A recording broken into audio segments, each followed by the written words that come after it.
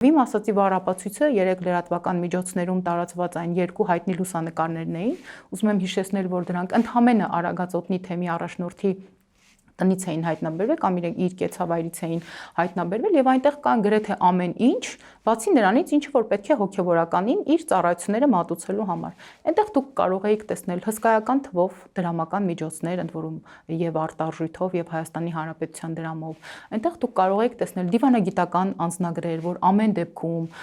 Հայաստանից դուրս գալու հնարավորություն լինի։ Դուք այնտեղ կարող եք տեսնել ոսկու ձուլակտորներ, որ չգիտես ինչի համար էին, եւ ամենակարևորը, որ իմ ուշադրությունը հրավիրեց, դա բենզինի չեկերն էին, որոնք ըստ երևույթին նաեւ տրվում էին քաղաքացիներին Հայաստանի Հանրապետության որևէ վայրից քաղաքական ակցիաներին մասնակցելու համար։ Ես կարծում եմ հոգեվորականները իրենք պետք է այս մասին բարձրաձայնեն եւ չեմ կարող արժանին չմատուցել Տեր Արամին, ով թերևս երկրորդներ թվով, որովհետեւ առաջինը խոսեց Կարգալույց քահանան, Կարգալույց հոգեվորականը, եթե չեմ սխալվում, նրա անունը Խորեն էր, երբ որ բարձրաձայնեց, թե ինչեր են տեղի ունենում այդ հոգեվոր իշխանության բուրգում,